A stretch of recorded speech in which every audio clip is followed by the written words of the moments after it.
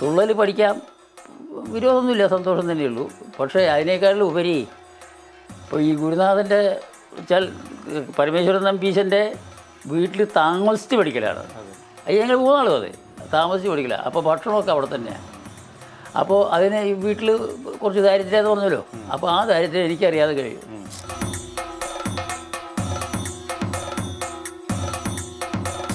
ഒന്നിനും കാശില്ല, ഒന്നിനുമില്ല. അപ്പോഴാണ് മറ്റേ ഒരു ചായപ്പീടിയയിൽ അവിടെ ഒരു സർവൻ്റായിട്ട് നിന്നു. പിന്നെ അതേമാതിരി തന്നെ പുരമേയാൻ പോയിരുന്നു. അതെ, അങ്ങനെയൊക്കെ ചെയ്തിരുന്നു. അല്ല, അതിനൊന്നും പ്രതിഫലമൊന്നും അങ്ങനെയില്ല. അന്നത്തെ എന്താ പറയുക, അന്നത്തെ ഇട്ടണ അങ്ങനെയൊക്കെയാണല്ലോ. അതൊക്കെ കിട്ടിയിരുന്നുള്ളൂ. ഈ ചായപ്പീടിയത്തെ ചായ കുടിക്കലും അതൊക്കെ കഴിയും, ഭക്ഷണമൊക്കെ കഴിയും. വല്ലതും അവർ തന്നാൽ ആയി തിരക്കന്നെയുള്ളൂ. 58-ൽ അദ്ദേഹം എനിക്ക് ജോലി തന്നതിന് ശേഷം അദ്ദേഹം 1 കൊല്ലം തികച്ചിരുന്നില്ല. അതിന് മുമ്പേ മരിച്ചു. അദ്ദേഹം വൈകുന്നേരം ഈ ക്ലാസ് കാണാനൊക്കെ വരും. അതെ അതെ, അത് നടത്തം അതിൻ്റെ കൂട്ടത്തിൽ കഴിയും. ആ നടക്കൽ കലാവതിരിക്കാണ്. അങ്ങനെ കലാവധി വരുമ്പോൾ അവിടെ ചൊല്ലിയാട്ടം നടക്കുന്നുണ്ടാവും. ഉച്ചയ്ക്ക് ശേഷം നടക്കുന്നുണ്ടാവും. അത് കാണും. അത് കുറേ കണ്ടു കഴിഞ്ഞിട്ട് അദ്ദേഹം പോകുമ്പോൾ എന്നെയും കൊണ്ടുപോകും വീട്ടിലേക്ക്.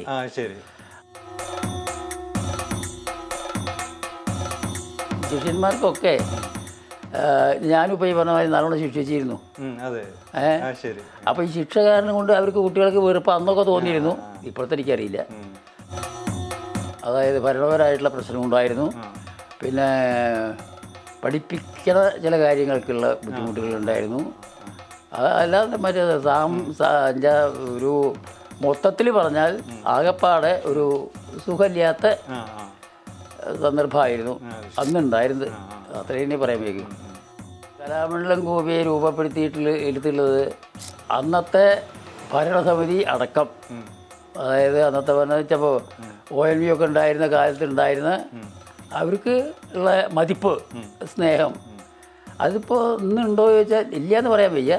പക്ഷേ സാഹചര്യം വളരെ വ്യത്യാസമായിട്ടുള്ളതാണ്. എനിക്ക് എൻ്റെ മനസ്സിൽ വിഷമങ്ങൾ വല്ലതും തോന്നിയിട്ടുണ്ടായിരിക്കാം, സന്തോഷം തോന്നിയിട്ടുണ്ടായിരിക്കാം.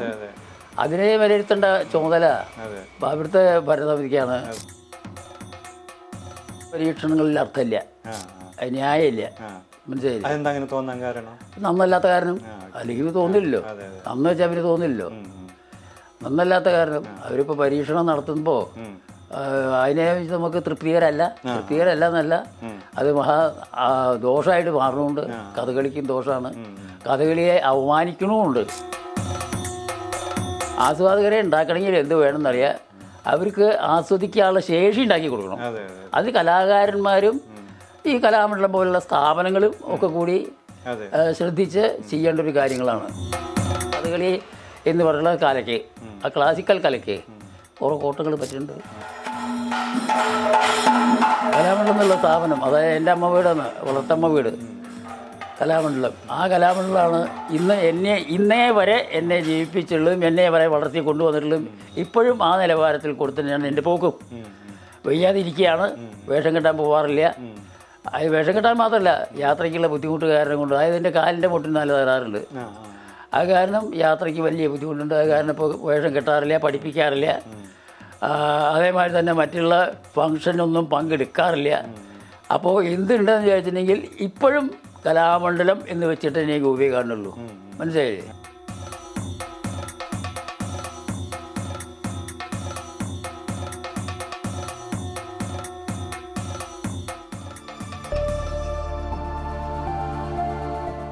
ആസ്വാദകർ ഗോപിയാശ എന്ന് വിളിക്കുന്ന കലാമണ്ഡലം ഗോപിയിലേക്കുള്ള, അല്ലെങ്കിൽ കലാമണ്ഡലം ഗോപി ആയിത്തീരുന്നതിലേക്കുള്ള യാത്ര നമ്മൾ വേഷം കാണുന്നത് പോലെ അത്ര ആഹ്ലാദകരമല്ല എന്ന് ആശാൻ്റെ അനുഭവങ്ങളൊക്കെ വായിച്ചാൽ അറിയാം.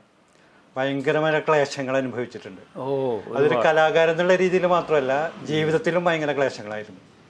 ഇപ്പോൾ ആശാൻ തന്നെ ആത്മകഥയിൽ എഴുതിയിട്ടുണ്ട്. ഇപ്പോൾ യാതന, പിന്നെ ദാരിദ്ര്യം, പിന്നെ അതുപോലെയുള്ള സംഘർഷങ്ങൾ, ആ ജീവിതത്തിൽ അനുഭവിച്ച അത്തരം കഷ്ടപ്പാടുകളാണ് ശരിക്കും കലയിൽ ആത്മാർത്ഥമായിട്ട് ഇടപെടാനും പിടിച്ചു നിൽക്കാനും ഒക്കെ സഹായിച്ചതെന്ന് ആശാൻ തന്നെ എഴുതിയിട്ടുണ്ട്. അപ്പോൾ അത് നമ്മൾ വായിച്ചു നോക്കുമ്പോഴേ ആ അനുഭവങ്ങളിൽ കൂടെ കടന്നു പോകുമ്പോൾ കാണുന്നൊരു പ്രത്യേകത ഉള്ളതൊരു കാര്യം പറയാം. അതായത് ചെറുപ്പത്തിലൊരു അഞ്ചാം ക്ലാസ്സിൽ തുടർന്ന് പഠിക്കാൻ പറ്റാത്തത് കൊണ്ടാണ് തുള്ളൽ കളരിയിലേക്ക് പോകുന്നത്. അതൊന്നൊന്നര വർഷം അരങ്ങേറ്റമൊക്കെ കഴിഞ്ഞു. തുള്ളൽ ഗുരുക്കന്മാരോടൊപ്പം അമ്പലങ്ങളിലും തുള്ളലൊക്കെ ആയിട്ട് നടന്നു. അതിനുശേഷം നാറേറ്റി മനയിൽ പോകുന്നു, കഥകളി പഠിക്കുന്നു. അതൊക്കെ അച്ഛൻ എഴുതിയിട്ടുണ്ട് വിശദമായിട്ട്. ഈ തുള്ളലും ഇപ്പോൾ സാധാരണ ഒരു 10-11 വയസ്സായ ഒരു ദരിദ്രബാലനെ വീട്ടുകാർ സാധാരണ പണി പഠിക്കാനാണ് പറഞ്ഞയക്കുക സ്വാഭാവികമായിട്ടും. എന്തുകൊണ്ടാണ് അങ്ങേ ഒരു തുള്ളലിനും കഥകളിക്കും വേണ്ടി പറഞ്ഞയക്കാൻ അന്നത്തെ അച്ഛനായാലും ബന്ധുക്കളായാലും തീരുമാനിച്ചത്? അതിപ്പോൾ ആദ്യം ഒരു കാര്യം ചോദിച്ചല്ലോ, ഈ കലാമണ്ഡലം ഗോപി എന്നുള്ള പേരിൽ ഒരു 51 മുതൽക്ക് 1951 മുതൽക്ക് കലാമണ്ഡലം ഗോപി എന്നുള്ള പേരിൽ അറിയപ്പെട്ടു തുടങ്ങി. കാരണം എന്താ വെച്ചാൽ 51 കലാമണ്ഡലത്തിൽ പോയി ചേർന്നത്. അതിൻ്റെ മുമ്പേ വെറും ഗോപി തന്നെ അറിയുള്ളൂ.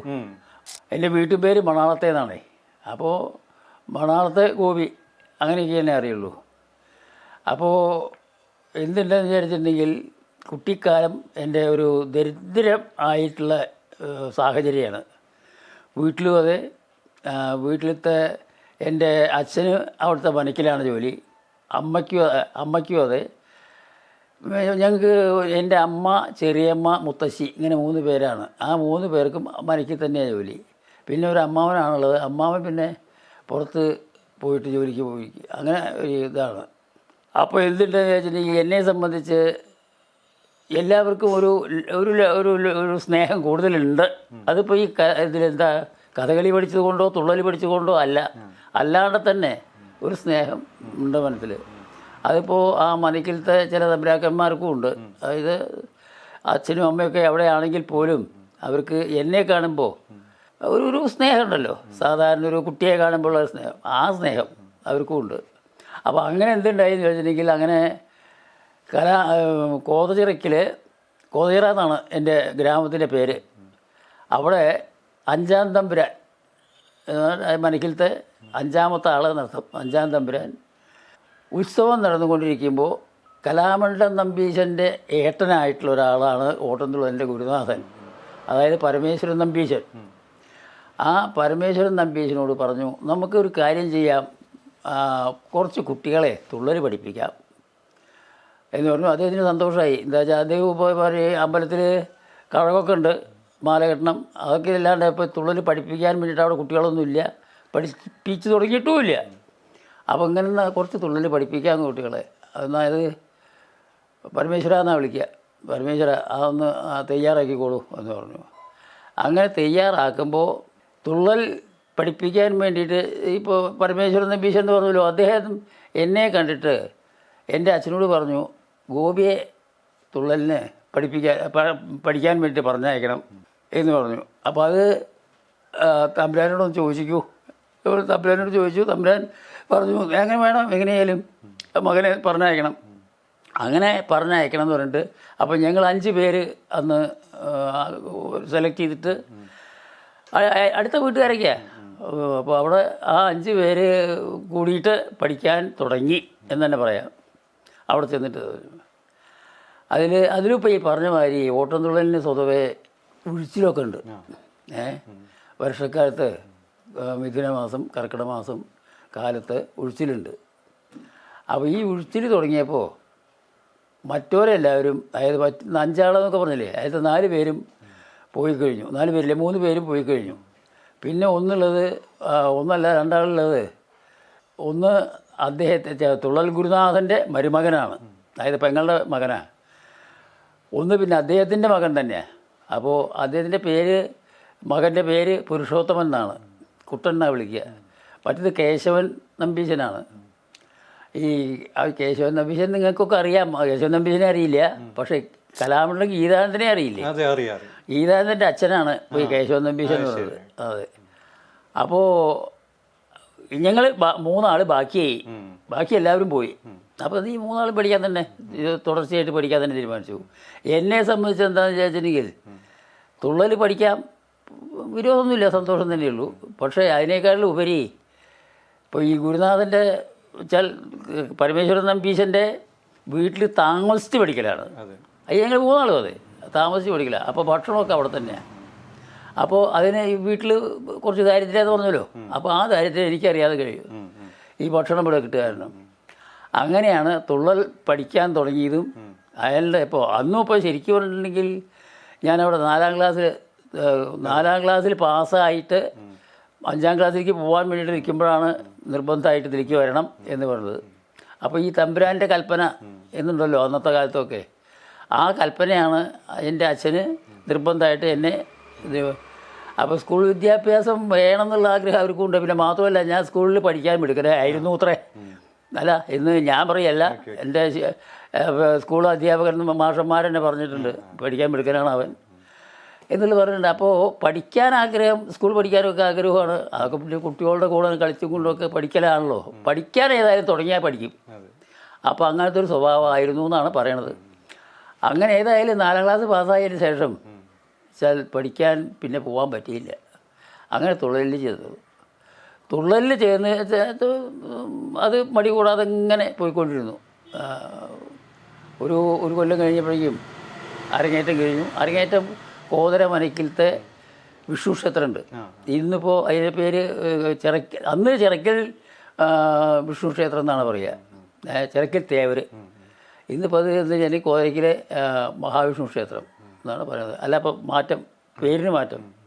അപ്പോൾ അവിടെയാണ് അരങ്ങേറ്റം ഉണ്ടായത്. അരങ്ങേറ്റം ഉണ്ടായി. അത് മറ്റേ എല്ലാവർക്കും വലിയ സമ്മതമായി. എൻ്റെ വേഷമായിരുന്നു, പാട്ടായിരുന്നു. ഈ പുരുഷോത്തമൻ എന്ന് പറഞ്ഞ അദ്ദേഹത്തിൻ്റെ മകൻ്റെ, മറ്റാളും പാട്ട് തന്നെ, കേശവൻ നമ്പീശൻ എന്ന് പറഞ്ഞ ആൾ.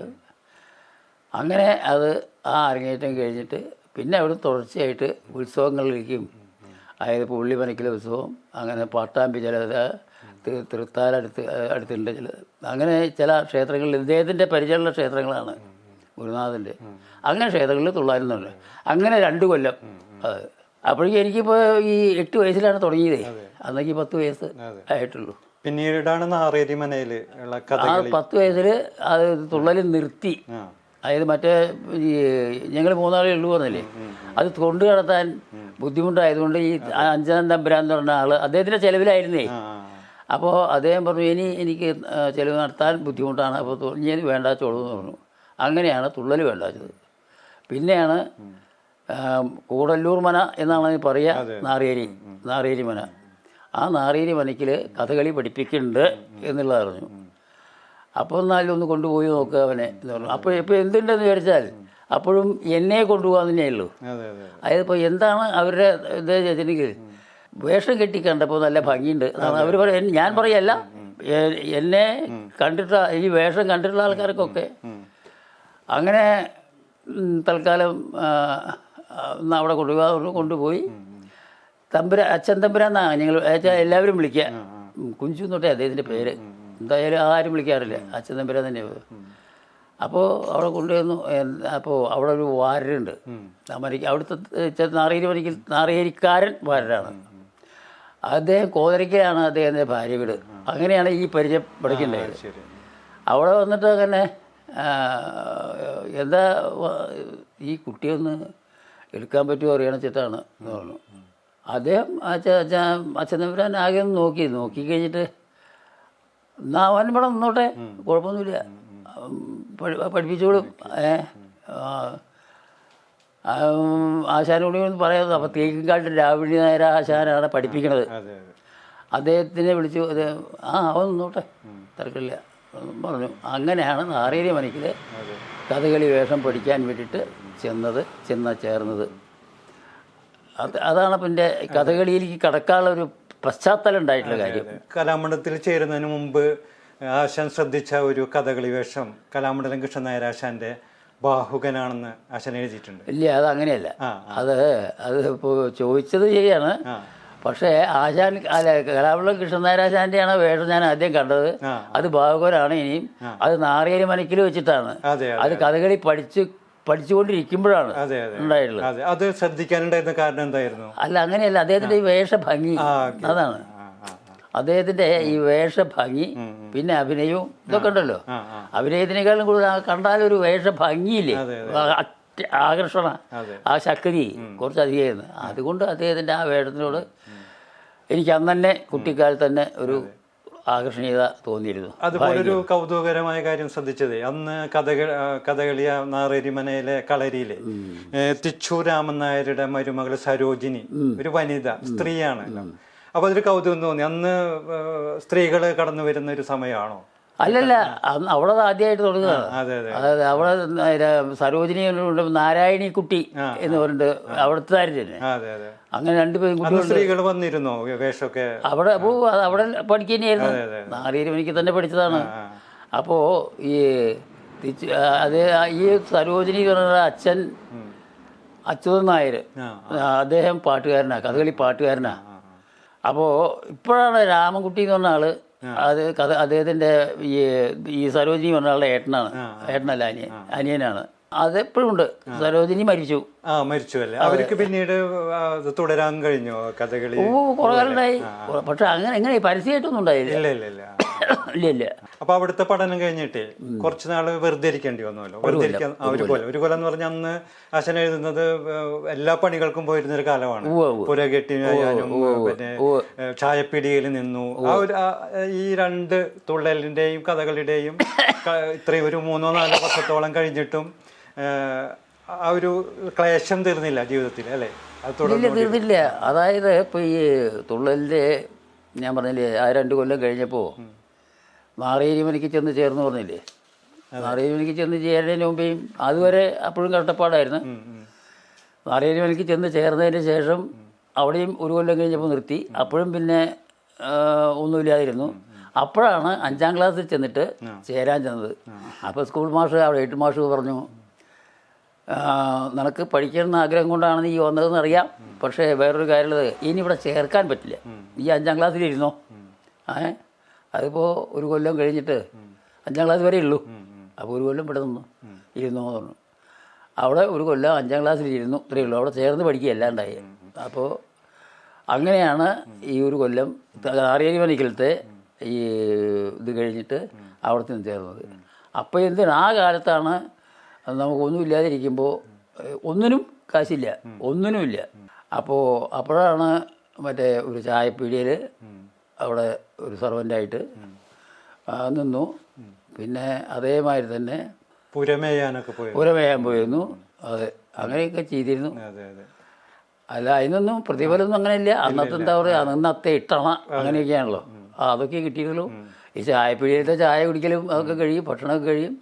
വല്ലതും അവർ തന്നാൽ ആയി, തിരക്കന്നെയുള്ളൂ. 51-ലാണല്ലോ 13-ാമത്തെ വയസ്സിൽ. അതെ, അത് കലാവളത്ത് ചേരാൻ പോകുന്നത്. വള്ളത്തോളിന് മുന്നിലാണ്. അപ്പോ ആശാൻ എഴുതിയിരിക്കുന്നത് കല്യാണ സൗഗന്ധത്തിലെ ഹനുമാന്റെ സ്വരൂപം കണ്ടിട്ട് വിറച്ചിട്ടുള്ള ഭീമനെ പോലെയാണ് ആശാൻ വള്ളത്തോളിന് മുന്നിൽ നിന്നതെന്നാണ്. ഒരു ആജനബാഹുവായിട്ടുള്ള ഒരു രൂപമാണ്. അപ്പൊ വള്ളത്തോളിന് അല്ല, സ്വതവേ എല്ലാവർക്കും ഒരു ബഹുമാനമാണല്ലോ അദ്ദേഹത്തിന്. അപ്പം ഞാൻ ചെറിയ കുട്ടിയല്ലേ, 13 വയസ്സല്ലേ ആയിട്ടുള്ളൂ. അപ്പം ഞാനവിടെ അങ്ങനെ വളരെ ഭവ്യനായിട്ട് നിന്നു. അല്ല, അദ്ദേഹത്തിന് പക്ഷെ പറഞ്ഞില്ല, അദ്ദേഹത്തിൻ്റെ ആകെ പിന്നെ അങ്ങനെ ചിരിക്കണ വ്യക്തിയല്ല മഹാകവി വള്ളത്തോൾ.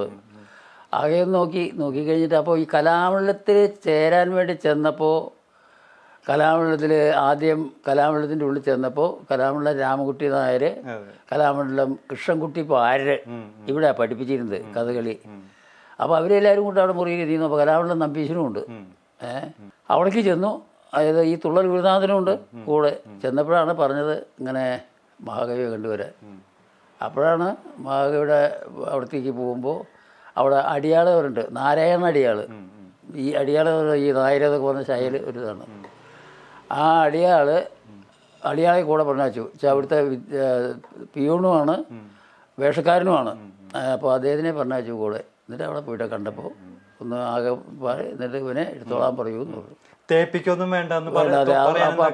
അവനോട് രാമൻകുട്ടിയോട് പറഞ്ഞിക്കൂ, അവരെ തേപ്പിക്കൊന്നും വേണ്ട, എന്താ വെച്ചാൽ അല്ലാതെ തന്നെ വേഷം നന്നെന്ന് കണ്ടാൽ തോന്നുന്നുണ്ട്, ഉറപ്പാണ്.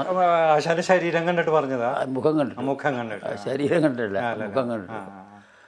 അപ്പോൾ വേഷം നന്നാവും, അപ്പോൾ കാരണം തേപ്പിക്കണ്ട എന്ന് പറഞ്ഞിരിക്കും പറഞ്ഞു. ഇത്രയൊക്കെ ഉള്ളൂ. അല്ല, തേപ്പിച്ചതുമില്ല, ചേർത്തി. ഒരു ഭയങ്കരമായിട്ടുള്ള ചിട്ടകളുള്ള ഒരു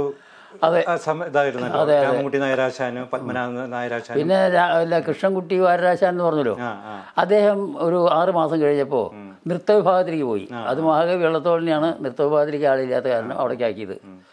അപ്പോൾ അവിടേക്ക് ആക്കിയപ്പോൾ എന്തുണ്ടെന്ന് വെച്ചാൽ കഥകളിക്ക് പഠിപ്പിക്കാൻ രാവിണ്ണി മേനോനാശാൻ്റെ മകനാണ് ഈ പത്മനാഭൻ നായരാശാൻ. ശരി. അപ്പോൾ അദ്ദേഹത്തിനെ തന്നെ വിളിക്കണം, അദ്ദേഹത്തിന് നിർബന്ധം. എന്താ കാരണം എന്ന് വെച്ചാൽ എനിക്ക് പഠിപ്പിക്കാൻ മിടുക്കനാണെന്നത് അറിയുകയും ചെയ്യാൻ കേട്ടിട്ടുമുണ്ട്. അപ്പോൾ പത്മനാഭനെ തന്നെ വിളിക്കണം എന്ന് പറഞ്ഞിട്ട് പത്മനാഭൻ നായരാശാൻ വന്നത്. അവർ ഞങ്ങൾ പിന്നെ രാമൻകുട്ടി നായരാശാനും പത്മനാഭൻ നായരാശാനും സ്ഥിരമായി. രാമൻകുട്ടി നായരാശാൻ ഈ പഠിപ്പിക്കുമ്പോൾ ഇത് പത്മനാഭൻ നായരാശാനുള്ള ചിട്ട എന്താ വെച്ചാൽ പ്രത്യേകിച്ച് മെയ്യ് ഉണ്ടാക്കി തീർക്കുക. അതായത് ചെയ്യണ കാര്യങ്ങൾ ഭംഗിയാക്കി തീർക്കുക. മനസ്സിലായില്ലേ? അതായത് കൈയിടുക, അതായത് കൈ മുദ്ര കാണിക്കുക, അതിനൊക്കെ ഒരു ഭംഗി വേണമല്ലോ. അതൊക്കെ വൃത്തിയാക്കി ഉണ്ടാക്കുക. അതേമാതിരി തന്നെ ഉഴിച്ചിൽ സമയത്തൊക്കെ കാല് സാധകം, മെയ്യുറപ്പടവ്, അങ്ങനെ ആ മെയ്യ് ഉണ്ടാക്കി തീർക്കുക അതൊക്കെ. അപ്പോൾ ഈ കാല് സാധകമൊക്കെ വൃത്തിയാക്കി ഉണ്ടാക്കുക. അങ്ങനെ നിർബന്ധം ആണ്, അല്ലാതെ മാറ്റം മറ്റൊന്നുമില്ല. ചായ ഒരു രാവിണ്ണി മേനോനാശാൻ്റെ ശിഷ്യനാണ് രാമൻകുട്ടി നായരാശാൻ, മകനാണ്. രണ്ടുപേരെയും പഠിപ്പിച്ചിട്ടുള്ള ഒരാൾ തന്നെയാണ്. അതിന് മാറ്റമൊന്നുമില്ല. മാറ്റം ഇതാണ്. പക്ഷേ നിഷ്കർഷയായിട്ട് പത്മനാഭൻ നായരാശാൻ ഇത് നോക്കും. ഈ പഠിപ്പിക്കുമ്പോൾ ഈ വക കാര്യങ്ങളൊക്കെ വിസ്തരിച്ച് നോക്കും. രാമൻകുട്ടി അത്ര വിസ്തരിച്ച് നോക്കില്ല. പക്ഷേ ആകപ്പാടെ മൊത്തത്തിലൊരു വൃത്തി. പിന്നെ പഠിപ്പിച്ചത് എന്താണെന്ന് വെച്ചാൽ അത് മറക്കരുത്. അത് പത്മനാഭൻ നിർബന്ധമാണ്, മറക്കരുത്, മറക്കാണ്ട് കാണിക്കണം. അങ്ങനെയാണ് ഇവരുടെ ഈ വ്യത്യസ്തമായിട്ടുള്ള കാര്യങ്ങൾ എന്ന് പറഞ്ഞിട്ടുണ്ടെങ്കിൽ മെയ്യിനെ അങ്ങേറ്റം ഉണ്ടാക്കി തീർക്കുക പത്മനാഭൻ നായരാശാൻ്റെ നിർബന്ധം. ഒരു കുട്ടിയെ കൈ കിട്ടിയാൽ ആ കുട്ടിയുടെ മെയ്യ് ആകെപ്പാടുണ്ടല്ലോ അത് വേഷത്തിന് വേണ്ട വിധത്തിൽ ആക്കി തീർക്കുക. അങ്ങനൊരു ഇതാണ് പത്മനാഭനുള്ളത്. അത് ശിക്ഷകളൊക്കെ കഠിനമായിരുന്നു അല്ലേ? ശിക്ഷകൾ കുറച്ച് കഠിനമായിരുന്നു. അതായത് ഇപ്പോൾ ഇതാണ് ശിക്ഷകൾ കഠിനം എന്ന് പറഞ്ഞാൽ മറ്റൊന്നുമല്ല, പഠിപ്പിച്ചത് മറന്നു എന്ന് പറഞ്ഞാൽ അതിന് ശിക്ഷ ഉണ്ടാവും. പിന്നെ അതേമാതിരി തന്നെ മെയ്യ് വേണ്ട മാതിരി വരാഞ്ഞാൽ അത് നിർബന്ധമായിട്ടും വരുത്തണം എന്നുള്ള നിലയ്ക്കും ശിക്ഷ ഉണ്ടാവും. ആ ശിക്ഷയ്ക്ക് ഇനിയാണ് കാര്യമായിട്ടുള്ളത്. സഹപാഠികളൊക്കെ അന്ന് ഓർക്കുന്ന എങ്ങനെയാ? കുട്ടൻ അപ്പോൾ അന്ന് ഞാൻ ചെല്ലുമ്പോൾ ഞാൻ ഒറ്റയ്ക്കേ ഉള്ളൂ. അത് കഴിഞ്ഞിട്ടാണ് ഒറ്റയ്ക്ക് പറഞ്ഞെങ്കിൽ അവിടെ സീനിയർമാർ വേറുണ്ട്. ഈ കുട്ടൻ പിന്നെ വന്നത് കലാനിലയം കുട്ടൻ, കലാമണ്ഡലം കുട്ടൻ. അവിടെയാണ് പിന്നെ കലാനിലയത്തിൽ പോയിട്ട് അധ്യാപകനായിട്ട് ചേരുകയുണ്ടായിരുന്നു. കലാനിലയത്തിൽ കുട്ടൻ വന്നു. പിന്നെ വാസു, കലാമണ്ഡലം KG വാസു, അവർ രണ്ടുപേരാണ് രണ്ടാമത് വന്നത്. അത് കഴിഞ്ഞിട്ടാണ് ഈ കുട്ടനും അല്ല എന്താ നെല്ലിയോടും വാസുപിള്ളാരിയൊക്കെ വന്നത്. ഈ കലാമണ്ഡലത്തിൽ മൈനർ ഗ്രൂപ്പ് ഉണ്ടാക്കുന്നത് ഈ സമയത്താണോ? അതെ അതെ. അല്ലേ? ആശാൻ വിദ്യാർത്ഥിയായിരിക്കും? അല്ല, അധ്യാപകനായ ശേഷമാണ്. അതെ, 58. 58. അപ്പൊ മൈനർ ഗ്രൂപ്പ് എന്ന് പറഞ്ഞാൽ എന്തായിരുന്നു ഉണ്ടാക്കാനുള്ള ഒരു കാരണം? എന്തായിരുന്നു? അതായത് ഇവര് പഠിച്ചുള്ളത് രംഗത്ത് അവതരിപ്പിക്കാൻ, ഭയം കൂടാതെ അവതരിപ്പിക്കാൻ രംഗപരിചയം ഉണ്ടാക്കി തീർക്കുക. അതായത് നമുക്ക് പരിഭ്രമോ ഒന്നും ഇല്ലാതെ പ്രവർത്തിക്കാൻ സാധിക്കുക. അത് വിദ്യാർത്ഥികൾക്ക് മനസ്സിലായില്ലേ? അതാണ് പ്രധാന പ്രശ്നം. അപ്പോൾ ആ മൈനർ സെറ്റിൽ എല്ലാവർക്കും ഒരു പ്രചോദനം കിട്ടും. ഇതാണ് കാര്യം. അതിൽ ആശാന് കുറേ വേഷങ്ങൾ കിട്ടിയിരുന്നു അല്ലേ? രാജസ്ഥാന വേഷങ്ങൾ മിക്കതും എനിക്ക് തന്നെയായിരുന്നു. അതായത് അതിൽ അധ്യവസാന വേഷം കെട്ടാൻ ഞാൻ തന്നെയായിരുന്നു കാര്യമായിട്ട്. അതിൻ്റെ താഴെയാണ് ബാക്കി എല്ലാവർക്കും ഉണ്ടായിരുന്നത്. അത് നന്നായിട്ടുള്ള ഒരു പ്രചോദനം എനിക്ക്, ഒരു പരിശീലനം എനിക്ക് കിട്ടി. ആശാന് വേണ്ടിയിട്ടാണ് മൈനർ ഗ്രൂപ്പ് ഉണ്ടാക്കിയതെന്ന് പോലും ഒരു കേൾവി. അതെ, അതിപ്പോ അല്ല, ഓരോരുത്തര് ഓരോ വിധത്തിൽ പറയണു. ആ പറയണത് നല്ലതല്ലാതെ ഇല്ല, പറയണതൊക്കെ നല്ലതാണ്. അതിപ്പോ കാര്യം ശരിയാണ്, എന്നെ ഒന്നും കൂടി നേരെയാക്കി എടുക്കാൻ വേണ്ടിയിട്ടാണെന്ന് പറയുന്നുണ്ട്. പത്മനാഭനാണ് കൂടുതൽ നേരെയാക്കി എടുക്കുന്നത് എന്നും പറയുന്നുണ്ട്. അതൊക്കെ ആൾക്കാരുടെ സൗകര്യപ്രകാരം, അവരുടെ മനോധർമ്മ പ്രകാരം അവർ പറയണു. അതിപ്പോൾ സന്തോഷമാണ് കേൾക്കുമ്പോൾ. അതൊക്കെയുള്ളൂ, അത് ശരിയാണ്. ഈ 57 വിദ്യാർത്ഥിയായിട്ട് കഴിഞ്ഞിട്ട് പുറത്തിറങ്ങുമ്പോഴുള്ള ഒരു അവസ്ഥ എന്തായിരുന്നു? മാനസിക വിഷമം നല്ലോണം ഉണ്ടായിരുന്നു. ഇനി എന്ത് ചെയ്യണമെന്ന് അറിയാതെ. അപ്പോൾ എന്നെ ഗാന്ധി സേവാ സദനത്തിലേക്ക്, അന്ന് അവിടെ ഗാന്ധി സേവാ സദനം നടത്തിക്കൊണ്ടുവരുന്നത് സദനം കുമാരേട്ടൻ എന്നാണ് വിളിക്കുക. അങ്ങനെ പറയാനേ അറിയുള്ളൂ. സദനം കുമാരേട്ടനാണ് അത് നടത്തിയിരുന്നത്. ഇന്നിപ്പോൾ സദനം ഹരികുമാറാണ് അതിൻ്റെ. അപ്പോൾ സദനം കുമാരേട്ടൻ്റെ നിർബന്ധപ്രകാരം എന്നെ അവിടേക്ക് അധ്യാപകനായിട്ട് വിളിച്ചപ്പോൾ അപ്പോൾ ഞാൻ ഈ കോഴ്സ് കഴിഞ്ഞിരിക്കുക. അപ്പോൾ വിളിച്ചപ്പോൾ ഞാൻ പോണോ വേണ്ടയോ എന്നുള്ളത് പത്മനാഭൻ നായരാശാനും നമ്പീശനാശാനും ഇരിക്കുമ്പോൾ അവരോട് പത്മനാഭനാശാനോട് പറഞ്ഞു, ഇങ്ങനെ ഗാന്ധി സേവാസനിക്ക് വിളിക്കുന്നുണ്ട്, എന്താ വേണ്ടത് ചോദിച്ചു. ഞാൻ പിന്നെ പറയാമെന്ന് പറഞ്ഞു. അത് അവർ മഹാകവിയോട് ചെന്നിട്ട് ഈ ഒരു 2 പേരും മഹാകവിയോട് ചെന്നിട്ട് ഇങ്ങനെ ഗോപിയെ ഗാന്ധിദാസിൽ വിളിയുണ്ട്, പറഞ്ഞയക്കണോ അതോ ഇവിടെ തന്നെ നിർത്തുകയാണോ, ഇവിടെ നിർത്തിയാൽ മതി, അവരെ പറഞ്ഞയക്കൊന്നും വേണ്ട എന്ന് മഹാകവി പറഞ്ഞു. അങ്ങനെയാണ് ഗാന്ധി സേവാ സദനത്തിലേക്ക് പോകണ്ടെന്ന് വെച്ചു. കലാമണ്ഡലത്തിൽ 58 അധ്യാപകനായിട്ട് ചേരുകയും ചെയ്തു. ഒരു അദ്ദേഹം മരിക്കുന്ന വർഷം കൂടിയാണ് 58 എനിക്ക് ജോലി തന്നതിന് ശേഷം അദ്ദേഹം 1 കൊല്ലം തികച്ചിരുന്നില്ല, അതിന് മുമ്പേ മരിച്ചു. അപ്പോൾ എന്തിനാ അദ്ദേഹം ഇളയ മകൻ ബാലചന്ദ്രക്കുറുപ്പുണ്ട്, എറണാകുളത്താ, അവിടെയാണ് കിടന്നിരുന്നത്. ഉദര സംബന്ധമായിട്ടുള്ള അസുഖമായിരുന്നു. അപ്പോൾ അവിടെ ചികിത്സയും അതായത് രാമൻകുട്ടി നരാശാൻ, പത്മനാഭൻ നരാശാൻ, ഞാൻ ഒക്കെ കൂട്ടി പോയി, ഒരു കാർ എടുത്തിട്ട് പോയി. അപ്പോൾ എന്നോട് കയറിയിരിക്കാൻ പറഞ്ഞു. അതായത് ഞാൻ അവിടുത്തെ ജൂനിയറായിട്ടുള്ളൊരു അധ്യാപകരാണല്ലോ, അപ്പം കയറിയല്ലേ ഉള്ളൂ, നീയും കയറിക്കോന്ന് പറഞ്ഞു. അങ്ങനെ അവിടെ ചെന്നു, കണ്ടിട്ട് ഞാൻ അവരോട് പറയുകയും ചെയ്തു, കലാമണ്ഡലത്തിനെ നന്നാക്കി കൊണ്ടുപോകണം, നിങ്ങളുടെ കയ്യിലാണ് എന്ന് മഹാകവി പറയുകയും ചെയ്തു. അതായത് അദ്ദേഹത്തിനെ കണ്ട് അങ്ങനെ കാക്കിൽ നമസ്കരിച്ച് പോകുന്നു. അങ്ങനെ ഒരു ഭാഗ്യം ജീവനോട് ഇരിക്കുമ്പോൾ തന്നെ കാണാൻ പറ്റി എന്നുള്ളൊരു മഹാഭാഗ്യം. മാത്രമല്ല ആശാന്റെ ജീവിതത്തിലെ 2 പ്രധാനപ്പെട്ട ഘട്ടങ്ങളിൽ തീരുമാനമെടുത്തത് അദ്ദേഹമാണ്. അതെ അതെ, ഒന്ന് വിദ്യാർത്ഥിയായിട്ട് അതാണ് ഒരു വഴിത്തിരിവായി. മാത്രമല്ല അദ്ദേഹത്തിന് പിന്നൊന്നും ആലോചിക്കേണ്ടി വന്നില്ല.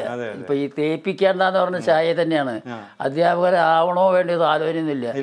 അതായത് ആക്കണം എന്നാണ് പറയുകയാണ്, കഴിവിലുള്ള വിശ്വാസം കൊണ്ടാണ്. അതെ അതെ, അല്ല അദ്ദേഹത്തിന് അതിന്റെ ഉൾക്കണ്ണുണ്ടതോ, ഉള്ളിൽ കൂടെ അദ്ദേഹത്തിന് ഒരാളെ അളന്നെടുക്കാൻ സാധിക്കുന്നുള്ളതാണ് നമുക്ക് മനസ്സിലാക്കാൻ സാധിക്കുന്നത്. വള്ളത്തോളം എങ്ങനെയായിരുന്നു ഈ കലാമണ്ഡലത്തിലെ കാര്യങ്ങളൊക്കെ ഇടപെട്ടിയത് പ്രത്യേകിച്ചൊന്നുമില്ല. അദ്ദേഹം വൈകുന്നേരം ഈ ക്ലാസ് കാണാനൊക്കെ വരും, കളരികളിലൊക്കെ. അതെ അതെ, അത് നടത്തം അതിന്റെ കൂട്ടത്തിൽ കഴിയും. ആ നടക്കൽ കലാമണ്ഡലിക്കാണ്. അങ്ങനെ കലാമണ്ഡലത്തിൽ വരുമ്പോൾ അവിടെ ചൊല്ലിയാട്ടം നടക്കുന്നുണ്ടാവും, ഉച്ചയ്ക്ക് ശേഷം നടക്കുന്നുണ്ടാവും, അത് കാണും. അത് കുറെ കണ്ടു കഴിഞ്ഞിട്ട് അദ്ദേഹം പോകുമ്പോൾ എന്നെയും കൊണ്ടുപോകും വീട്ടിലേക്ക്. അതായത് സഹായത്തിനെന്നാണ് പേര്, അങ്ങനെയല്ല, ഇപ്പൊ സ്നേഹത്തിന്റെ പേരിലാണ്. ഇപ്പൊ എനിക്ക് എന്നോട് ഇഷ്ടം കൂടുതലാന്ന് പറഞ്ഞിട്ടല്ല, കൊണ്ടുപോകും. അപ്പൊ എന്തുണ്ട് വെച്ചിട്ടുണ്ടെങ്കിൽ കൊണ്ടുപോകുമ്പോ അദ്ദേഹത്തിന്റെ ഒന്നുപോലെ കൈ പിടിക്കും, അല്ലെങ്കിൽ അദ്ദേഹത്തിന്റെ ചുവലിൽ കൈയിടും. അങ്ങനെ വീട്ടിലെത്തുന്നവരെ സ്വന്തം മക്കളോട്, പേരക്കുട്ടികളോട് പെരുമാറുന്ന ചായാലിനെ നല്ല സ്നേഹമായിട്ട് എൻ്റെ വീട്ടിലേക്ക് കൊണ്ടുപോകും. എന്താ സംസാരിക്കാറുണ്ട് എന്തെങ്കിലും? അല്ല, പഠിക്കേണ്ട കാര്യത്തിൽ തന്നെയുള്ളൂ. പഠിക്കേണ്ട കാര്യം ശ്രദ്ധിച്ച് പഠിക്കണം. അപ്പോൾ അവിടെ ഉച്ചയ്ക്ക് ഒരു ക്ലാസ് നടത്തുന്നുണ്ട്, ഈ ജനറലായിട്ട് ഒരു വിദ്യാഭ്യാസ ക്ലാസ്. അതിൽ സംസ്കൃതം, ഇംഗ്ലീഷ്, ഹിന്ദി അതൊക്കെ പഠിപ്പിക്കുന്നുണ്ട്. അപ്പോൾ അതിൻ്റെ എത്രണ്ടു ആയി എന്നുള്ളതൊക്കെ ചോദിക്കാൻ വേണ്ടി ഒരു മാസിക തരലുണ്ട്, അവിടെ ചെന്നാൽ തരും. അതിപ്പോൾ നമുക്ക് അറിയില്ല, അതിൻ്റെ അത്രയ്ക്കൊന്നും ആയിട്ടുമില്ല. അപ്പോൾ എന്നിട്ട് കുറേ ചീത്തയും പറയും. അതായത് മന്ദനായിട്ട് കഴിഞ്ഞ് നിന്നാൽ പോരാ, പഠിച്ചുണ്ടാക്കണം എന്ന് പറഞ്ഞിട്ട് കുറേ ചീത്തയും പറയും. പക്ഷേ അവിടെ ചെന്നാൽ ചെല്ലണതിൻ്റെ 2 കാര്യമാണ് അദ്ദേഹത്തിൻ്റെ മനസ്സിലുള്ളത്, തോന്നിയിട്ടുള്ളത്. കലാമണ്ഡലത്തിൽ ഈ രാവിലെ, ഉച്ചയ്ക്ക്, വൈകുന്നേരം ഇടനേരൊരു ചായ ഉണ്ട്. അതായത് കളരി തുടങ്ങുന്നതിൻ്റെ മുമ്പ്. ഇതല്ലാണ്ട് വേറൊന്നുമില്ല. രാവിലെ കഞ്ഞിയാണ്, ഉച്ചയ്ക്ക് ചോറ് തന്നെയാണ്, ഇടനേരമുള്ളൊരു ചായ മാത്രമേ ഉള്ളൂ, വേറെ ഒന്നുമില്ല. അപ്പോൾ വൈകുന്നേരം ഈ കളരിയിലത്തെ ചൊല്ലിയാട്ടം കഴിഞ്ഞാൽ, പഠിക്കലൊക്കെ കഴിഞ്ഞാൽ കൊണ്ടുപോയിട്ടുണ്ടെങ്കിൽ വിശക്കുമ്പോൾ എന്തെങ്കിലും കഴിക്കാൻ അവിടെ ഉണ്ടാവും. അതിന് ഇദ്ദേഹത്തിൻ്റെ ഭാര്യ തന്നെയാണ്, അതായത് ഞങ്ങൾ മുത്തശ്ശി എന്നാണ് പറയുക. അപ്പോൾ അവർ അകത്തേക്ക്, അപ്പോൾ ഈ വാസന്തി ഓപ്പിൾ അവരൊക്കെ ഉണ്ട്, ഇത് ഓപ്പിളന്മാരൊക്കെ, അവരൊക്കെ അകത്തേക്ക് വിളിക്കും, അകത്തേക്ക് അടുക്കളയിലേക്ക് വിളിച്ചിട്ട് ഭക്ഷണം തരും.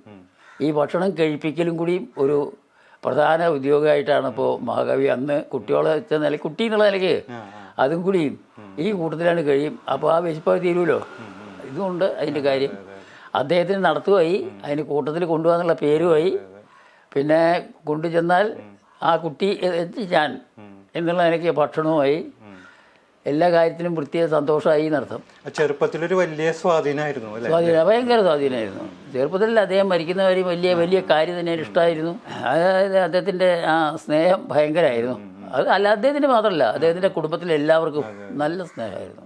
ഇപ്പം 21ാമത്തെ വയസ്സിലാണല്ലോ അധ്യാപകനാകുന്നത്. അതെ അതെ. കലാമണ്ഡലം ഗോപിയാശൻ എങ്ങനെയുള്ള അധ്യാപകനായിരുന്നു?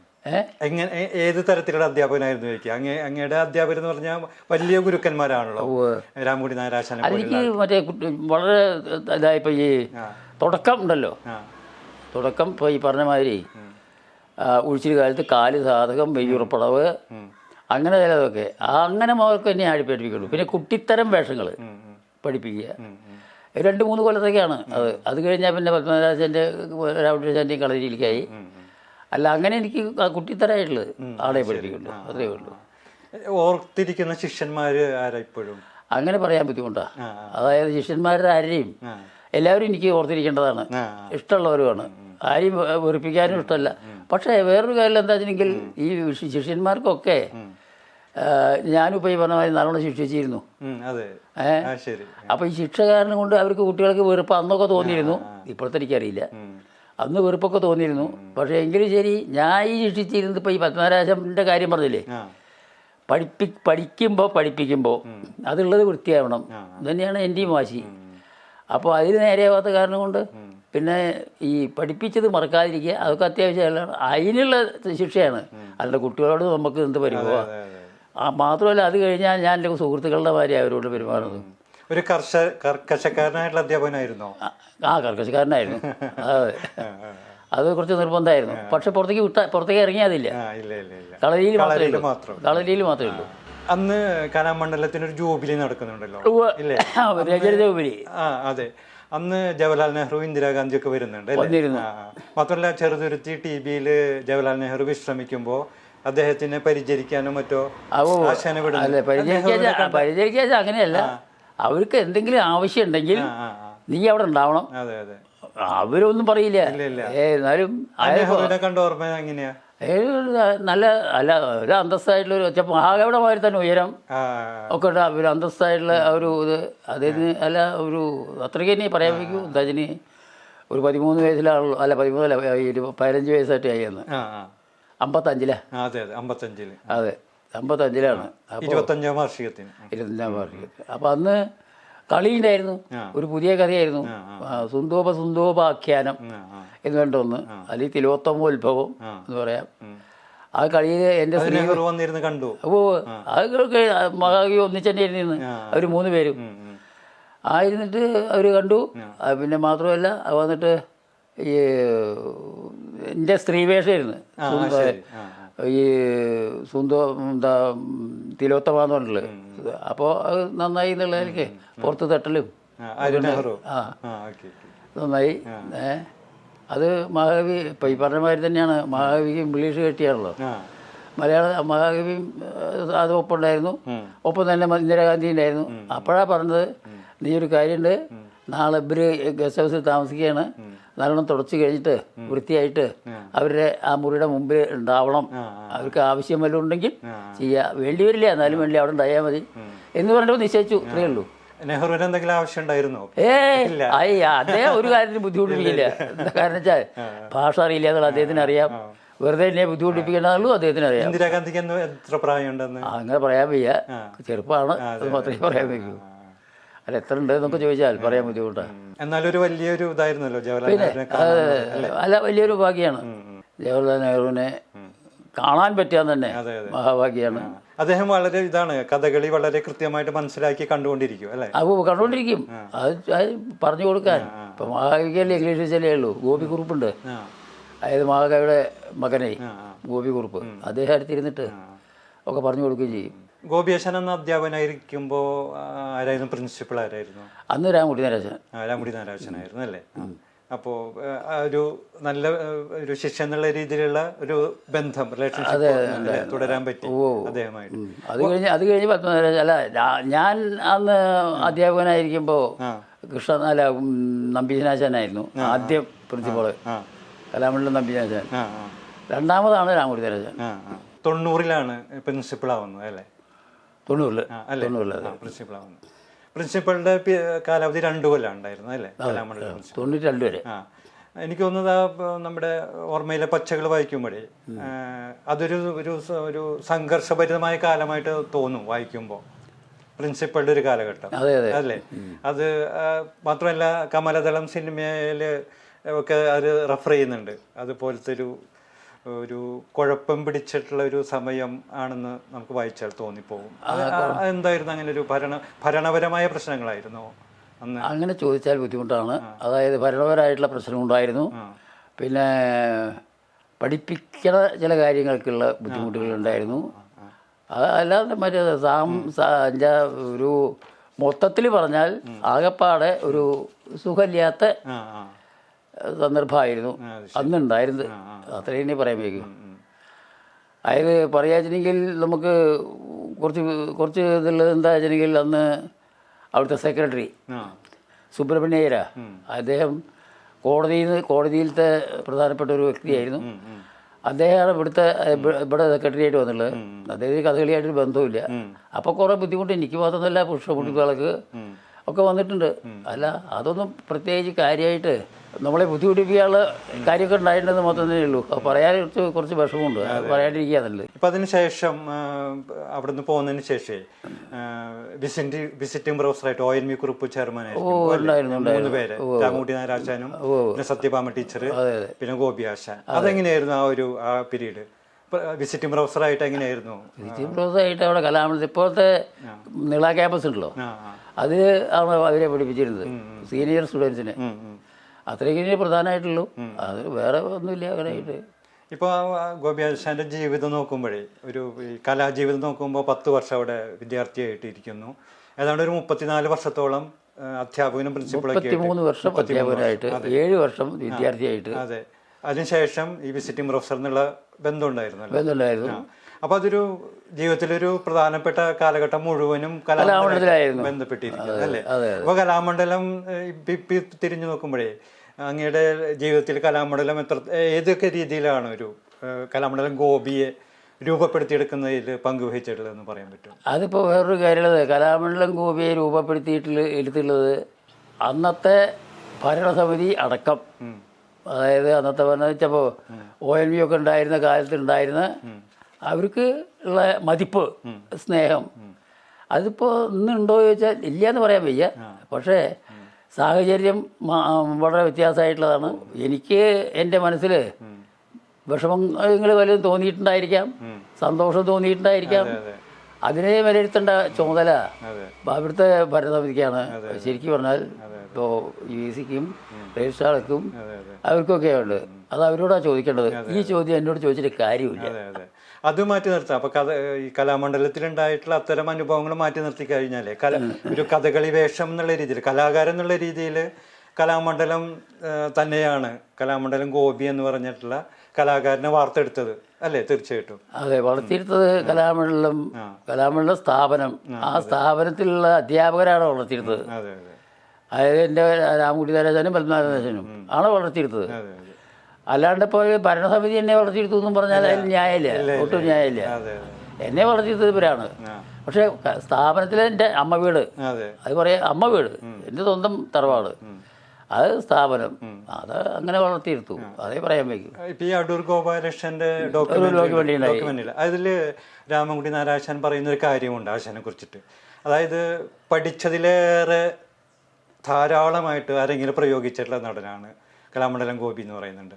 അപ്പോൾ അതിൻ്റെ പ്രചോദനം എന്തായിരുന്നു? ടെക്സ്റ്റിൽ നിന്ന് വേർപെട്ടിട്ട് പുതിയൊരു സങ്കേതത്തിൽ പുതിയൊരു, അത് സ്വതവേ ഒന്നുകിൽ അവരോട് തന്നെ ചോദിക്കുക. അല്ല, അവരിപ്പോൾ ഇല്ല. അപ്പോൾ അത് കാരണം അന്ന് അല്ലെങ്കിൽ ഇന്ന് അന്നത്തെ ആൾക്കാർ ആരെങ്കിലും ആസ്വാദകരുണ്ടെങ്കിൽ അവരോട് ചോദിക്കുക. ഇത് എങ്ങനെ, എന്തേ ഞാൻ കാണിക്കുന്നത്, എന്തേ കാണിച്ചിരുന്നത് എന്നോട് ചോദിച്ചിട്ട് ഒരു അർത്ഥമില്ല. ഞാനത് എന്താ എനിക്ക് തന്നെ മനസ്സിലായിട്ടില്ല. അത് ബോധപൂർവം ചെയ്തതാണോ എന്നാണ്. അത് ബോധപൂർവം അല്ലാണ്ട് അബോധമായിട്ട് ചെയ്യില്ല. തീർച്ചയായിട്ടും അല്ലോ. രംഗത്ത് ചെന്നാൽ അതിന്റെ ബോധപൂർവം തന്നെ ചെയ്യുള്ളൂ. അപ്പൊ എന്തേ ചെയ്ത് അല്ലെങ്കിൽ എന്താ ഇങ്ങനെ ചെയ്ത് എന്നൊന്നും ചോദിച്ചാൽ എനിക്ക് അപ്പൊ പറയാൻ സൗകര്യമില്ല. വെച്ചാൽ വയ്യാന്നർത്ഥം, അറിയില്ല പറയാ വേദം. അത് ആസ്വാദകര്, കണ്ട ആൾക്കാര്. അതുമാതിരി തന്നെ ഇപ്പൊ രാമകുട്ടി നാരായണൻ പറഞ്ഞു പറഞ്ഞില്ലേ, രാമകുട്ടി നാരായണൻ പറഞ്ഞ ആ രാമകുട്ടി നാരായണൻ പറഞ്ഞതിന്റെ പ്രതിധ്വനി മറ്റുള്ളവർക്ക് ആർക്കെങ്കിലും പറയാൻ കഴിവുണ്ടെങ്കിൽ അവർ പറയുക. അപ്പോൾ എൻ്റെ ചോദ്യത്തിൻ്റെ ഇതൊക്കെ വേറൊരാളെയും കൂടി കൂട്ടിച്ചേർത്ത് പറയുക നല്ലത്, അല്ല അവരോട് ചോദിക്കുക നല്ലത് അർത്ഥം. ഇപ്പം തെക്കൻ ചിട്ട വടക്കൻ ചിട്ട എന്നുള്ള 2 സങ്കേതങ്ങൾ ഉണ്ടായിരുന്നു എന്ന് കേട്ടിട്ടുണ്ട് കഥകളിയിൽ അന്ന്. പക്ഷേ ഗോപിയാശാന് തെക്കൻ അരങ്ങുകളിലേക്ക് ധാരാളമായിട്ട് പ്രവേശനം കിട്ടിയിട്ടുണ്ട്, സ്വീകാര്യത കിട്ടിയിട്ടുണ്ട്, ആസ്വാദകർ അല്ലേ? എനിക്ക് മാത്രമൊന്നുമല്ല, കഥകളി ഇപ്പോൾ രാമകുട്ടി നാരായണന് ധാരാളം കിട്ടിയിട്ടുണ്ട്. കൃഷ്ണനാരായണൻ അവിടെ തന്നെയായി. പിന്നീട് നമ്മൾ ഈ പുതിയ കാലത്തേക്ക് എനിക്ക് ധാരാളം കിട്ടിയിട്ടുണ്ട്. അപ്പോൾ ഈ അങ്ങനെ ഉണ്ടായി രണ്ട് ചിട്ടകളായിട്ട് തന്നെ വേർതിരിഞ്ഞ് നിൽക്കുന്ന ഒരു ഇതുണ്ടോ? ശരിക്കും പറഞ്ഞിട്ടുണ്ടെങ്കിൽ ഞങ്ങൾക്ക് അരങ്ങത്ത് ചെന്നാൽ രണ്ട് ചിട്ടയായിട്ട് തോന്നാറില്ല. അത് ശരി. ഒന്നിച്ച് അത് പ്രവർത്തിക്കുമ്പോൾ അത് ഒത്തൊരുമിച്ചുള്ള കൂടി ഇണങ്ങിയിട്ട് ചെയ്യലാണ് പതിവ്. അപ്പോൾ അതിനെ സംബന്ധിച്ച് തെക്കൻ ചിട്ട അങ്ങനെ ഒന്നുള്ളത് എന്താ, വടക്കൻ ചിട്ട എന്നുള്ളത് പ്രത്യേകിച്ച് എന്താ. ഇപ്പം ഈ വടക്കൻ ചിട്ട എന്ന് പറഞ്ഞാൽ കല്ലുഴി ചിട്ട അങ്ങനെ ഒന്നാണ്, മറ്റേത് കപ്പിളിങ്ങാടൻ ചിട്ടയാണ്, പിന്നെ കല്ലടിക്കോടൻ ചിട്ടയാണ് വടക്ക്. അങ്ങനെ 2-3 തരമുണ്ട്. എന്താ അതിൻ്റെ വ്യത്യാസങ്ങൾ എന്ന് ചോദിച്ചാൽ ഞാനത് പ്രത്യേകം പഠിച്ചിട്ടുമില്ല, പഠിക്കണമെന്ന് വിചാരിച്ചിട്ടുമില്ല, വ്യത്യാസങ്ങൾ എന്തൊക്കെയാണെന്ന് നോക്കിയിട്ടുമില്ല. ഞങ്ങൾ രംഗത്ത് ചെയ്യുമ്പോൾ അത് എല്ലാവർക്കും ഒരേമാതിരിയായിട്ടാണ് തോന്നാറ്. പിന്നെ ഇങ്ങനെ വിശേഷണം വന്നത് എങ്ങനെയാണ്? ഈ രണ്ട് വിശേഷണം വിശേഷം അങ്ങനെ വരുന്നുണ്ട്. ഇപ്പം അതിപ്പോഴും ഞാൻ പറഞ്ഞില്ലേ, ഒന്ന് കപ്ലിങ്ങാടനാണ്, അത് തെക്കൻ ചിട്ട, ഒന്ന് കല്ലടിക്കോടനാണ്, അത് വടക്കൻ ചിട്ട, ഒന്ന് മധ്യ തിരുവിതാംകൂർ മധ്യ കേരളം, അത് കല്ലുഴി ചിട്ട.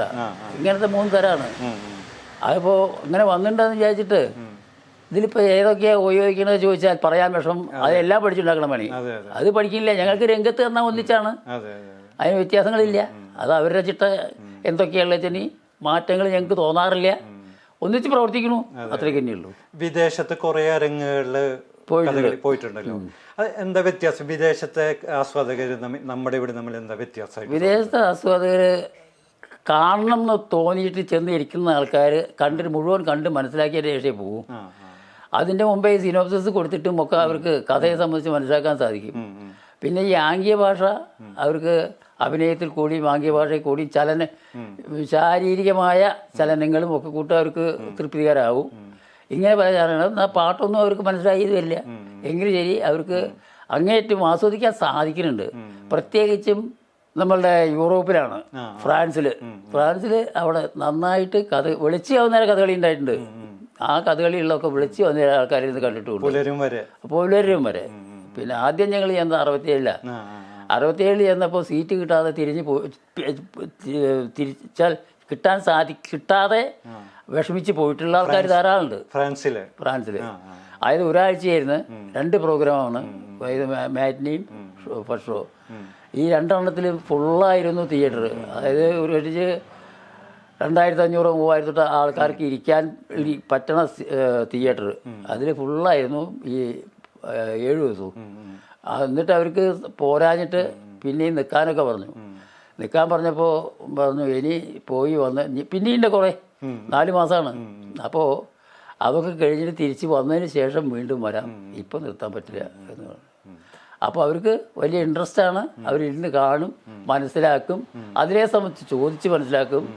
അങ്ങനെയൊക്കെ പലതുണ്ട്. അവർക്ക് നിർബന്ധമായിട്ട് കാണണം എന്നുള്ളതും കണ്ടാൽ മനസ്സിലാക്കണം എന്നുള്ളതും അവർക്ക് അങ്ങേറ്റം ആ നിർബന്ധ ബുദ്ധി ഉള്ള ആൾക്കാരാണ്. ഇപ്പോൾ ഗോപിയാശാൻ്റെ കോമ്പിനേഷനുകൾ വളരെ ആസ്വാദകർക്ക് ഇഷ്ടമുള്ള കോമ്പിനേഷനുകളുണ്ട് കുറേ. അതായത് ഞാൻ പറഞ്ഞിട്ടുള്ളത് കൃഷ്ണനായരാശാൻ്റെ കുന്തിയും അല്ലേ, ഗോപിയാശാൻ്റെ കർണനും അല്ലേ, അങ്ങനെ കോമ്പിനേഷനുകൾ ധാരാളം ഇതിൽ ആരെങ്കിലും ഉണ്ടായിട്ടുണ്ടോ? ധാരാളമൊന്നുമില്ല, കുറച്ചുണ്ടായിട്ടുണ്ട്. അദ്ദേഹത്തിൻ്റെ കുന്തിൻ്റെ കർണനുമായിട്ട്. അതിനേക്കാളും കൂടുതലുണ്ടായിട്ടുള്ളത് ഞങ്ങളുടെ നളയത്തിന് 2-ാം ദിവസം അദ്ദേഹത്തിൻ്റെ നളനിൻ്റെ പുഷ്കരനും, അതേമാതിരി തന്നെ സന്താനഗോപാലും, അങ്ങനെയൊക്കെ ഉണ്ടായിട്ടുണ്ട്. പിന്നെ ഇത് അങ്ങനത്തെ ഇത് ഒരു മനസ്സിൽ തട്ടി കുറേ കോമ്പിനേഷൻ ഉണ്ടാവുമല്ലോ പിന്നീടും, അങ്ങനത്തെ വേഷങ്ങൾ ഉണ്ടാവുമല്ലോ ഒപ്പമുള്ള. അങ്ങനത്തെ പിന്നെ ഓർക്കുന്നത് ആരോടൊപ്പമുള്ള വേഷങ്ങളാണ്? പിന്നെ അതുമാതിരി തന്നെ ഇപ്പോൾ കുഞ്ചുനാരാശാൻ്റെ കൂടെ, രാമകുട്ടി നാരാശാൻ്റെ കൂടെ, പത്മനാരാശാൻ്റെ കൂടെ, ഇതൊക്കെ കൂട്ടുവേഷം. പിന്നെ അതുമാതിരി തന്നെ തെക്കുള്ള ആൾക്കാർ മാങ്കുളം തിരുമേനി, ചെങ്ങന്നൂർ രാംപിള്ള ആശാൻ, അല്ല ആശാൻ്റെ കൂടെ ഒരു വളരെ കുറച്ചൊക്കെ ഉണ്ടായിരുന്നു. ഞാൻ എൻ്റെ കുട്ടിയായിരിക്കുമ്പോൾ തന്നെ അദ്ദേഹത്തിന് വയസ്സായിരിക്കണം. അല്ല അങ്ങനെ തെക്കുള്ള ആൾക്കാരായിട്ടും അരിപ്പാട് രാമകൃഷ്ണപിള്ള, ചെന്നിത്തല ചെല്ലപ്പൻ പിള്ള, അങ്ങനെ ഉണ്ടല്ലോ.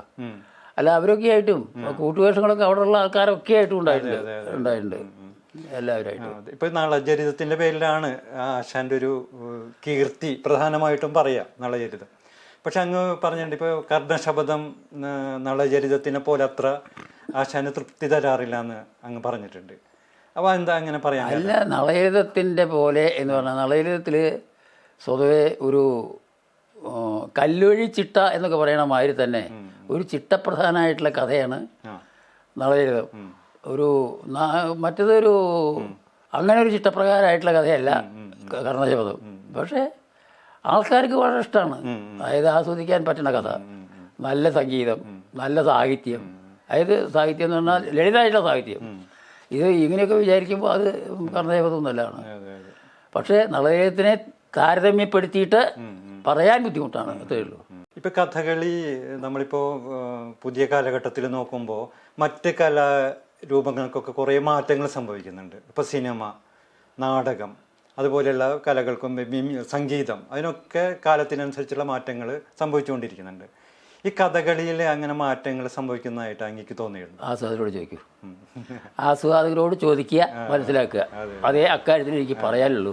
അപ്പം ഈ പരീക്ഷണങ്ങളെ കുറിച്ച് എന്താ അഭിപ്രായം? പരീക്ഷണങ്ങളിൽ അർത്ഥമില്ല, ന്യായമില്ല, മനസ്സിലായില്ല. അതെന്താ അങ്ങനെ തോന്നാൻ കാരണം? നന്നല്ലാത്ത കാരണം. അല്ലെങ്കിൽ തോന്നില്ലല്ലോ, നന്ന് വെച്ചാൽ അവര് തോന്നില്ലല്ലോ. നന്നല്ലാത്ത കാരണം അവരിപ്പോൾ പരീക്ഷണം നടത്തുമ്പോൾ അതിനെ നമുക്ക് തൃപ്തികരല്ല എന്നല്ല, അത് ദോഷമായിട്ട് മാറുന്നുണ്ട്. കഥകളിക്കും ദോഷമാണ്, കഥകളിയെ അവമാനിക്കണമുണ്ട് അക്കാര്യത്തിലൊക്കെ. അപ്പോൾ നമുക്ക് തൃപ്തികരല്ല, അതന്നെ.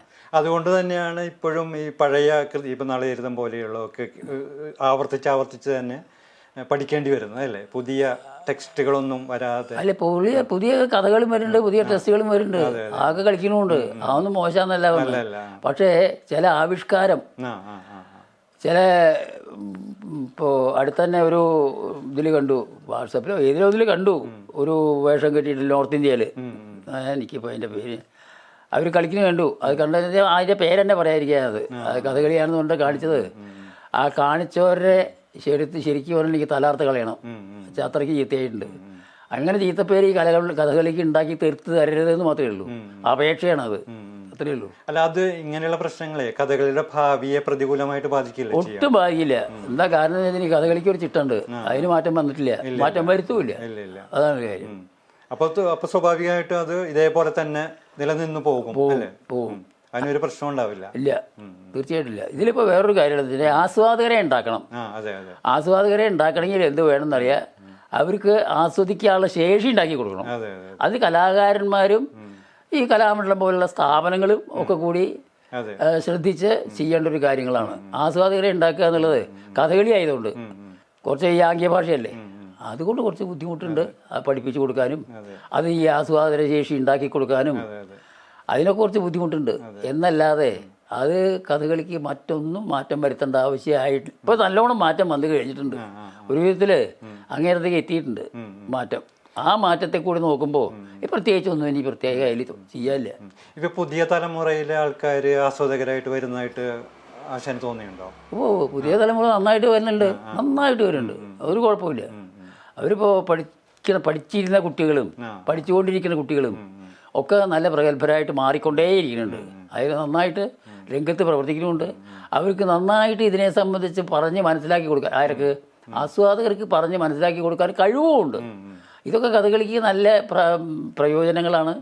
അവരിൽ നിന്ന് കിട്ടുന്നത് കഥകളിക്ക് നല്ലൊരു ഭാഗ്യ സൂചനയാണ്. അപ്പോൾ അതൊക്കെ മഹാഭാഗ്യം. കുട്ടികളുടെ വളർച്ചയും കുട്ടികളുടെ പഠിത്തവും ഇതൊക്കെ നല്ല നല്ല നല്ല കാര്യങ്ങളാണ്. ഇപ്പോൾ ഗോപിയാശാൻ ഉണ്ടായിരുന്നതിനേക്കാളും വളരെ മുന്നോട്ട് പോയിട്ടുണ്ട് കലാമണ്ഡലം.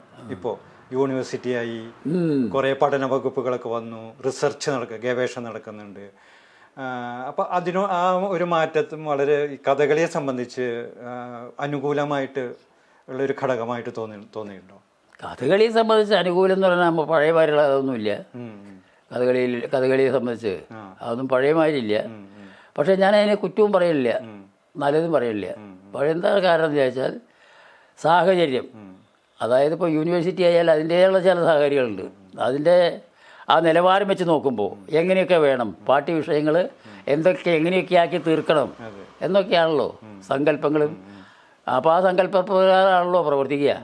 അതിനിപ്പോൾ ഒരു കുറ്റം പറഞ്ഞിട്ട് കാര്യമില്ല, കുറ്റം പറയാതിരിക്കാനും വയ്യ. കാരണം എന്താ വെച്ചാൽ കഥകളി എന്ന് പറയുന്ന കലയ്ക്ക്, ആ ക്ലാസിക്കൽ കലയ്ക്ക് കുറേ കോട്ടകൾ പറ്റുന്നുണ്ട്. ആ കോട്ടകളൊക്കെ പറ്റാതെ കഴിയുന്നതും നേർവഴിക്ക് കൊണ്ടുവരാൻ ശ്രമിക്കുക. അതായത് പഴയമായിട്ടുള്ള ശിക്ഷണം കിട്ടുന്നില്ല, അതാണ്. പഴയമായിട്ടുള്ള അഭ്യാസം കിട്ടാനുള്ള സാഹചര്യമില്ല, അതാണ്. കലാമണ്ഡലത്തിൽ അതിന് പോലുള്ള ഈ യൂണിവേഴ്സിറ്റിയുടെ മാത്രമല്ല ഹൈസ്കൂൾ വിദ്യാഭ്യാസം ഒക്കെ ഉണ്ടല്ലോ, അതൊക്കെ കൂടി കാരണം സാഹചര്യം, സമയം കിട്ടാത്ത കാരണം കൊണ്ടുള്ള കലകളെ സംബന്ധിച്ച് കലകൾക്ക് വേണ്ട ആ വളർച്ചയ്ക്ക് വേണ്ട പ്രോത്സാഹനം കൊടുക്കാൻ ഉള്ള സമയം കിട്ടാത്തതിൻ്റെ ഒരു ദോഷം ഉണ്ട് എന്നേ ഉള്ളൂ. പക്ഷെ അത് ഈ കാര്യങ്ങളൊക്കെ ആലോചിച്ച് നോക്കുമ്പോൾ ദോഷമാണോ നല്ലതാണോ ചോദിച്ചാൽ അത് പറയാൻ കുറച്ച് ബുദ്ധിമുട്ടാണ്. ഏതായാലും പഴയ കാലത്തെ മാതിരി കഥകളിക്ക് സമയം കിട്ടില്ല പഠിപ്പിക്കാൻ. കിട്ടണ സമയമോ മോശമല്ല, നന്നായിട്ട് പഠിപ്പിക്കണമുണ്ട്. ഇപ്പം ഈ കലാമണ്ഡലത്തിൽ ഗോപിയാശാൻ്റെ ഒരു പഠിക്കാനും ജോലി ചെയ്യാനും ആ കാലത്ത് വേഷം ചെയ്യാനൊക്കെയുള്ള ഒരു സാഹചര്യം, അതായത് കലാമണ്ഡലം എന്ന് പറഞ്ഞൊരു സംഭവം ഇല്ലായിരുന്നെങ്കിൽ ഈ വടക്കേ മണാളത്ത് ഗോവിന്ദൻ എന്ന് പറഞ്ഞ ആ വ്യക്തി ആരാവുമായിരുന്നു? നാടൻ ഒരു കർഷകനായി മാറും. അതായത് കർഷകൻ എന്ന് പറഞ്ഞാൽ എല്ലാത്തിലും പെടും. മറ്റേ നിലവും ഉഴുതലും ഇതൊന്നുമല്ല, കാഞ്ഞപ്പള്ളിയെ ചായപ്പീടിക അങ്ങനെയൊക്കെയല്ലേ, അതായിട്ട് മാറും. സംശയമില്ലാത്ത കാര്യമാണ്. കലാമണ്ഡലം എന്നുള്ള സ്ഥാപനം, അതായത് എൻ്റെ അമ്മ വീടാണ്, വളർത്തമ്മ വീട് കലാമണ്ഡലം. ആ കലാമണ്ഡലമാണ് ഇന്നേ വരെ എന്നെ ജീവിപ്പിച്ചുള്ളതും എന്നെ വരെ വളർത്തി കൊണ്ടുവന്നിട്ടുള്ളതും. ഇപ്പോഴും ആ നിലവാരത്തിൽ കൊടുത്തിട്ടാണ് എൻ്റെ പോക്കും. വയ്യാതിരിക്കുകയാണ്, വേഷം കെട്ടാൻ പോവാറില്ല. അത് വേഷം കെട്ടാൻ മാത്രമല്ല, യാത്രയ്ക്കുള്ള ബുദ്ധിമുട്ട് കാരണം കൊണ്ട്, അതായത് എൻ്റെ കാലിൻ്റെ മുട്ടിന് നല്ല തരാറുണ്ട്. അത് കാരണം യാത്രയ്ക്ക് വലിയ ബുദ്ധിമുട്ടുണ്ട്. അത് കാരണം ഇപ്പോൾ വേഷം കെട്ടാറില്ല, പഠിപ്പിക്കാറില്ല. അതേമാതിരി തന്നെ മറ്റുള്ള ഫങ്ഷനൊന്നും പങ്കെടുക്കാറില്ല. അപ്പോൾ എന്തുണ്ടെന്ന് വിചാരിച്ചിട്ടുണ്ടെങ്കിൽ ഇപ്പോഴും കലാമണ്ഡലം എന്ന് വെച്ചിട്ട് എനിക്ക് ഗോപിയെ കാണുള്ളൂ. മനസ്സിലായില്ലേ? അപ്പോൾ അതിൻ്റേതായിട്ടുള്ള അത് മഹാകവിയുടെ സങ്കല്പപ്രകാരം ഉണ്ടാക്കിയിട്ടുള്ള കലാമണ്ഡലമാണ്. അതിൽ വളർന്നവനാണ് ഞാൻ. അപ്പോൾ അതിൻ്റേതായിട്ടുള്ള മഹത്വം, ആ സ്ഥാപനത്തിൻ്റെ കേമത്തരം, അത് മാത്രമാണ് എൻ്റെ ഒരു സ്വത്തായിട്ട് ഇന്ന് നിലനിർത്തി കൊണ്ടുപോകാൻ സാധിക്കുന്നത്. അതെനിക്ക് അക്കാര്യത്തിൽ പറയാനുള്ളൂ.